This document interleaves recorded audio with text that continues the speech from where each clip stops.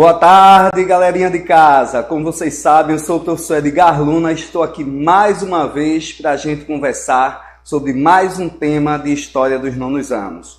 Hoje o nosso tema são as ligas camponesas. Mas antes da gente iniciar, quero fazer um convite para vocês se inscreverem no canal do EducaPE, esse que está aqui acima, certo? Então se inscrevam, deem um like, acompanhem as aulas, não percam. E aproveitem também, cliquem no sininho que vocês vão estar sempre recebendo notificações de vídeos novos, caso não consigam acompanhar ao vivo. Então, preparem-se que lá vem história. Vamos lá. Bem, quando a gente fala, né, da questão dos movimentos sociais, né, da luta dos trabalhadores, a gente pensa logo, né, no período Vargas, na era Vargas. E realmente nós vamos ter, né, um momento de uma grande efervescência social, de movimentos, de lutas e de ganhos também. Mesmo dentro, né, do que nós chamamos de Estado corporativista, né, que vai ser consolidada com a Constituição de 1937. Então, dentro vamos dizer assim, desse contexto, nós vamos ter a criação de várias leis que vão proteger o trabalhador, que vão beneficiar o trabalhador, mas esses ganhos ficaram restritos aos trabalhadores da zona urbana. Então nós temos aí, né, uma grande decepção em relação ao campo, porque criou-se muita expectativa e os próprios trabalhadores do campo viram o nascimento da CLT como sendo algo que fosse também abranger esses trabalhadores. Então eles vão ficar, de certa forma, abandonados, né, diante de tantas expectativas. O que ainda mais, né, a gente pode, em relação aos trabalhadores agrários, a gente ainda tem um problema muito maior. Porque se você pega a CLT de 43 e o Estatuto do Trabalhador Rural de 1963, nós temos aí um intervalo de 20 anos para o reconhecimento dos direitos do trabalhador no campo. Mas se a gente pensar direitinho que o problema do campo em relação ao trabalho, ele chega até a época da abolição da escravidão, onde foi abolida a escravidão, mas não foi dado a cidadania ao ex-escravo. Então, lembrando que boa parte, né, do trabalho escravo, ele era, né, exercido no campo. E ainda mais violento, né, foi toda essa estrutura montada na zona canavieira, né, especificamente na zona da mata. Então, se você pegar a estrutura agrária do final do século XIX, ela praticamente é a mesma até os dias de hoje, onde a concentração de terras chega a mais de 90% nas mãos dos grandes proprietários. Então, o que Joaquim Nabuco já alardava naquela época, e o André Rebouças, né, foi dada a abolição, dada entre aspas, mas não se resolveu essa estrutura fundiária, essa estrutura agrária. Então nós vamos ter uma história de extrema violência, principalmente porque o homem do campo ele é visto de uma forma menor em relação à zona urbana. Isso é uma lógica muito presente em países do Ocidente, né? E bem diferente de como o camponês ele é visto no Oriente, por exemplo, na China. Então a valorização é muito diferente do trabalho no campo em relação aos dois polos do mundo. Bem, mas continuando, como era essa situação, né? Como estava a situação do trabalhador no campo? Então quase não existiam as juntas de conciliação e julgamento, né, nas cidades do interior. Ou seja, essas juntas que eram paritárias, né, elas reuniam tanto representantes dos trabalhadores, como também do patronato, né, junto com uma pessoa considerada neutra que iria ajudar a chegar a um consenso e aí ir para a justiça comum para ser oficializado, né, já que essas juntas elas não tinham poder de justiça, mas era uma espécie de preparação, né, dentro dessa lógica, né, do governo Vargas de evitar o conflito entre as classes, né, dentro do Estado corporativista.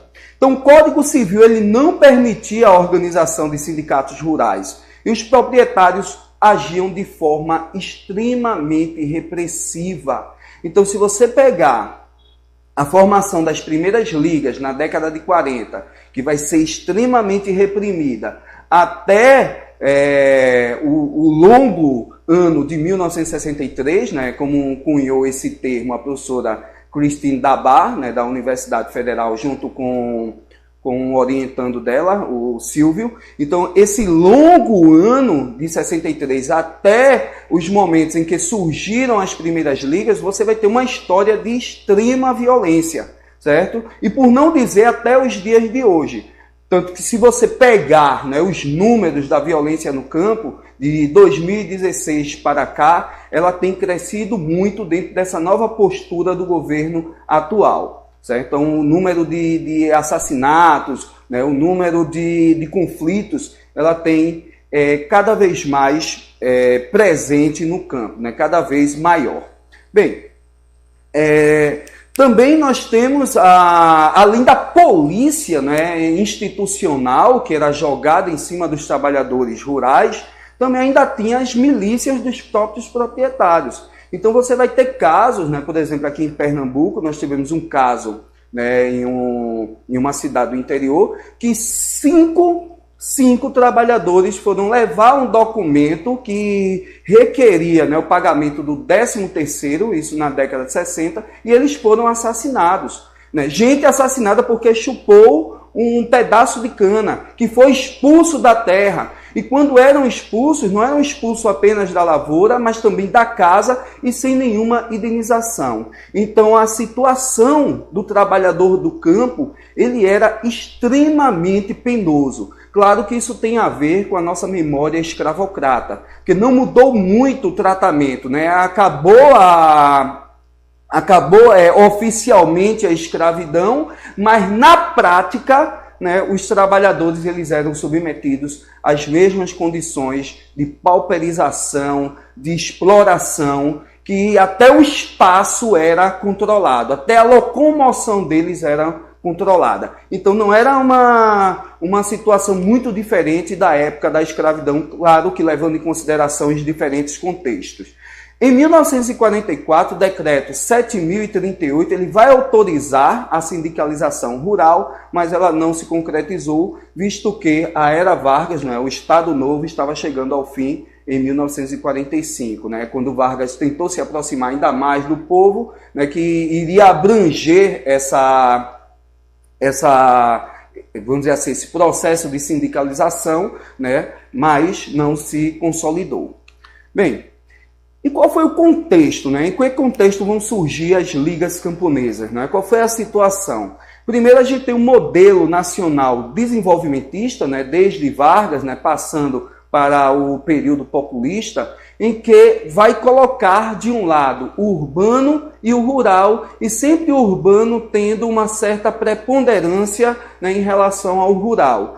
Houve um afluxo de capital para a zona rural? Houve. Né? Você vai ter um processo de penetração capitalista muito forte no campo, mas essa modernização, né, como diz o historiador Peter Eisenberg, é uma modernização sem mudanças. Né? Essa modernização ela vai atender a uma elite. O trabalhador do campo ele vai continuar praticamente na mesma situação. Então você vai ter uma acentuada separação entre o campo e a cidade, sempre subordinando a agricultura à industrialização. Mas isso não se deu sem resistência, isso não se deu sem luta. Né? Lembrando que vamos ter alguns movimentos populares que vão ter uma repercussão muito grande para a luta do trabalhador rural, que foi o caso do movimento de cultura popular e de educação popular, no qual vai ampliar, vai levar a educação, vai levar a escola, a alfabetização para rincões, né, de terras que não se pensava chegar, certo? Com os projetos do educador Paulo Freire, principalmente. E a igreja também vai ter um papel fundamental na questão social, principalmente com a teologia da libertação. Então, a partir daí, nós vamos ter vários movimentos católicos que vão se preocupar com a questão da terra. Que movimentos foram esses? nós tivemos a Juventude Agrária Católica, a Juventude Estudantil Católica, a Juventude Independente Católica, a Juventude Operária Católica, a Juventude Universitária Católica, ou seja, todos esses grupos eles vão se envolver nos movimentos sociais e vão organizar, vai ser uma forma de organizar os jovens, né? O laicato jovem, né? Organizar para desenvolverem uma metodologia, né, conhecida e que vai ser propagada pelo Papa João 23, que é o método do ver, julgar e agir, onde ele impulsiona a igreja a se envolver mais com as questões sociais. Lembrem que nós estamos vivendo a época da Guerra Fria. Então, você não olhar para os trabalhadores, você não tentar mudar essa situação, significaria uma abertura maior para as ideias de esquerda, para as ideias comunistas que vão acontecer. Tanto que as primeiras ligas foram organizadas, né, pelo Partido Comunista Brasileiro, certo? Depois é que nós vamos ter as ligas como um movimento mais independente. Mas no primeiro momento vai ter uma tentativa de organização, né? Tanto do Partido Comunista, como também das entidades como a Igreja Católica, ok? Vamos lá. Bem, um caso extremamente importante, né, que marca esse revivecimento, né, das ligas camponesas, né, é justamente aqui em Pernambuco, em Vitória de Santo Antão, que é o Engenho Galileia. Então, em 1955, nós vamos ter a formação, né, na segunda metade da década de 50, a formação de uma associação que no primeiro momento vai ter o apoio do dono, né, do engenho. É um engenho de fogo morto, então é um engenho que não moía nem produzia mais açúcar, né, não moía mais cana, né. Inclusive, quero dizer que como a cana ela foi responsável, né, por todo esse processo de violência e de uma violência estrutural na zona da mata, certo? Uma terra que ela é muito rica, é muito fértil, mas se deu espaço não para a produção de alimento, mas para a produção, né, de um produto para ser vendido principalmente para a Europa. Isso a um custo muito grande, né? Por isso que existe até um livro que diz assim, o sabor amargo do açúcar, né? Algo parecido com esse título, que representa justamente como a cana-de-açúcar, a região açucareira, ela vai estar com a violência e a exploração do trabalhador rural sempre presente.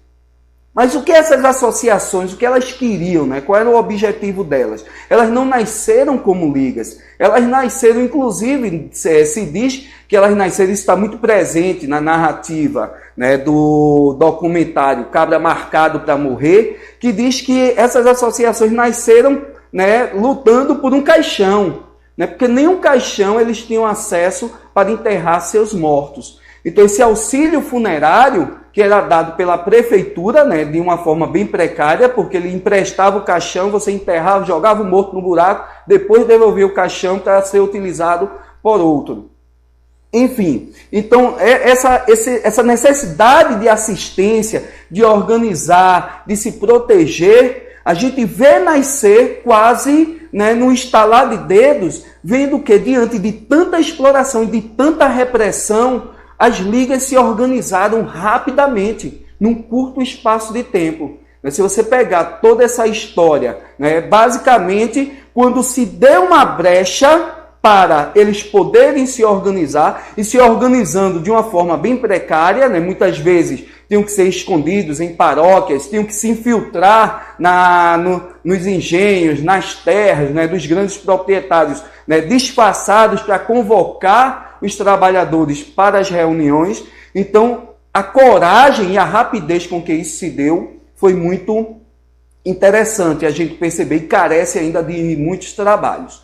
Bem, então, eles prestavam, além dessa assistência funerária, né, a assistência médica, jurídica, né, criaram escolas, isso para atender a esses associados. Mas a repressão, logo de imediato, vai atribuir o nome de Liga, justamente tentando dar um caráter comunista ao movimento. Não dizendo que não teve, né, mas de certa forma o movimento ele vai ter a influência, né, das ideias, né, dos exemplos que aconteceram da Revolução Cubana, da Revolução Chinesa, mas ela vai ter um movimento independente, certo? Inclusive com a ajuda de algumas autoridades, como nós vamos ver, que vão ter um papel fundamental para o sucesso da desapropriação do engenho Galileia. Então, as ligas camponesas, elas se organizavam em delegacias ou núcleos, né? Entendo delegacias, não é delegacia de polícia, né? Somente o nome que se davam a essas organizações, que era por município, distritos ou fazendas. No âmbito local, praticamente só tínhamos camponeses, mas no nível estadual vão participar várias lideranças, né? Envolvendo profissionais liberais, intelectuais, estudantes e também parlamentares. Então, nós temos aí nas imagens, né, o Nordeste, né, representado na imagem superior, e na imagem inferior nós temos a imagem do documentário Cabra Marcado para Morrer. Aí entra a figura do Francisco Julião, que foi super importante para esse processo de desapropriação do engenho Galileia, né? Ele, de certa forma, ele vai tomar a liderança, né? Tomar no sentido assim, de assumir a liderança da Liga Camponesa, né? Da Associação do Engenho Galileia. Francisco Julião, ele também era um exímio poeta. Então, em homenagem a ele, coloquei no slide um poema de Rafael de Carvalho que retrata um pouco, né, Francisco Julião, que era um parlamentar, mas ele escreveu muito para o jornal A Liga, né, e muitas vezes em forma de poema. Então, meu querido Pernambuco, berço de tantas riquezas, plantaste a flor da esperança, tuas ligas camponesas. Do teu solo hospitaleiro quero falar por inteiro ao camponês brasileiro de todas as redondezas. Então, Francisco Julião, que bacharelou-se em Direito em 1939, e no ano seguinte ele vai montar o seu escritório de advocacia. Em 1947, ele se desliga do Partido Republicano e vai aderir ao Partido Socialista Brasileiro. E em 1948, ele é convidado para assumir a defesa jurídica dos membros da Sociedade Agrícola e Pecuária de Pernambuco, do Engenho Galileia. Ok? Então ele vai ter um papel protagonista também, junto com as lideranças camponesas, né, nessa luta, nessa resistência. Em 1962, Francisco Julião ele vai assumir esse papel de representante da causa, né, e ao mesmo tempo nós vamos ter um agravamento dos conflitos. Então, ao mesmo tempo que nós vamos ter ações governamentais que vão ajudar a luta do trabalhador rural, mas, ao mesmo tempo, a resistência dos proprietários, né, a resistência da polícia, né, vai ser muito forte. Tanto que, talvez, o grande feito de João Goulart e de Miguel Arraes aqui em Pernambuco, né, João Goulart como presidente, Miguel Arraes, né, aqui em nosso estado, foi justamente tirar a polícia de cima do trabalhador rural, colocando para negociar proprietários e trabalhadores rurais. Então, esse foi um dos grandes feitos que vai ajudar nesse processo de fortalecimento das ligas camponesas. E aí, nesse agravamento dos conflitos, né, vou citar o João Pedro Teixeira, que é um mártir dessa luta. Então, João Pedro Teixeira foi o fundador da Associação de Sapé, na Paraíba. Ele vai ser assassinado em 1962. É uma associação que chegou a ter 15 mil associados, que lutavam contra o cambão, que era o trabalho gratuito que os trabalhadores que estavam em terras alheias, eles tinham que pagar, né, com esse trabalho, com esses dias de trabalho gratuito. Tinha o foro, que era o aluguel da terra, que eles passaram para fragilizar os trabalhadores agrários, eles passaram a aumentar, não é, muito. O foro foi uma das bandeiras de luta, né? Foi contra a questão do foro. E, por último, a ocupação. Ok? Então, são figuras emblemáticas nessa luta das lutas camponesas, né? Tanto o Francisco Julião, né, como parlamentar e como advogado, e João Pedro Teixeira como camponês, né, trabalhador e lutador da causa do homem do campo. O lema, né, das ligas camponesas é reforma agrária na lei ou na marra. Então temos aí um cronograma que mostra mais ou menos os momentos mais importantes, né, entre a década de 50 e a década de 60 em relação aos fatos relacionados às ligas camponesas. Então, entre 50 e 60 nós temos o crescimento do número das ligas, né? Em 1959 temos a desapropriação do Engenho Galileia, que foi o primeiro caso de desapropriação bem sucedido. Vai se formar a UTAB, a União de Lavradores e Trabalhadores Agrícolas do Brasil, e vai representar uma grande frente, né, uma frente ampla, que vai coordenar foreiros, meeiros, arrendatários e pequenos proprietários. Em 1961, o primeiro Congresso de Lavradores e Trabalhadores Agrícolas do Brasil, e em 1963, o Estatuto do Trabalhador Rural, que vai representar o momento máximo dessa luta, não é, o reconhecimento dos seus direitos. Mas veja que tudo isso vai provocar a atenção do mundo para o que estava acontecendo ali. Não é à toa que Robert Kennedy, né, o irmão de John Kennedy, vem ao Engenho Galileia, vem a Pernambuco ver o que estava acontecendo por aqui. Existia um medo muito grande da esquerdização da política brasileira nessa época, principalmente durante o governo Jango, que vai anteceder o golpe civil-militar de 1964. Só que, mesmo o golpe, não realmente dando aquela repressão, né, e o fim das chamadas ligas camponesas, mas a sua semente não morreu. E essa semente ainda vive, né, com o movimento dos trabalhadores sem terra.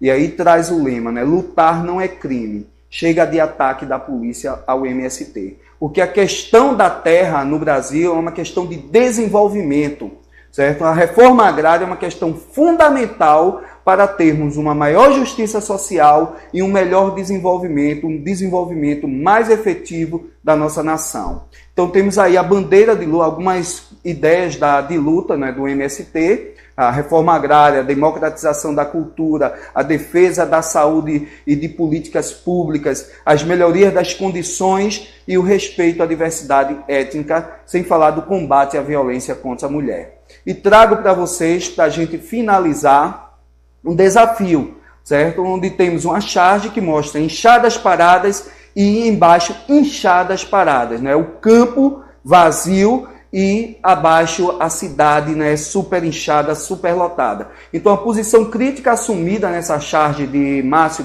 Baraldi aponta um problema social no campo e o efeito sobre as cidades. Quais são? Como não vai dar tempo da gente esperar um pouco para vocês pensarem, vou lançar logo, né, uma discussão a respeito dela. Então, a concentração fundiária materializada pelo acúmulo de latifúndios improdutivos e sem geração de empregos com o inchamento das cidades, né, isso provocado, entre outros fatores, por essa intensificação do êxodo rural. Então, essa intensa migração campo-cidade, ela vai ocorrer principalmente pela falta de oportunidade no meio rural.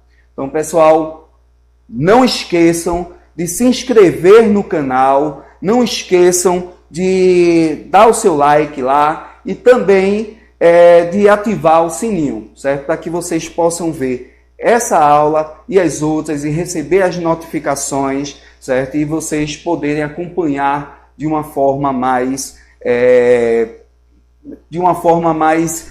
presente, né, essas aulas que estão sendo oportunizadas nesse momento de isolamento social. Então, foi um enorme prazer estar com vocês, certo? E a próxima aula a gente vai dar continuidade a mais uma conversa com os conteúdos dos nonos anos, certo? E provavelmente a gente volta com o governo João Goulart, né, que ficou faltando a gente debater um pouco na aula passada. Então a gente vai trabalhar o governo Jango na próxima aula. Foi muito bom, um abraço, se cuidem, até a próxima.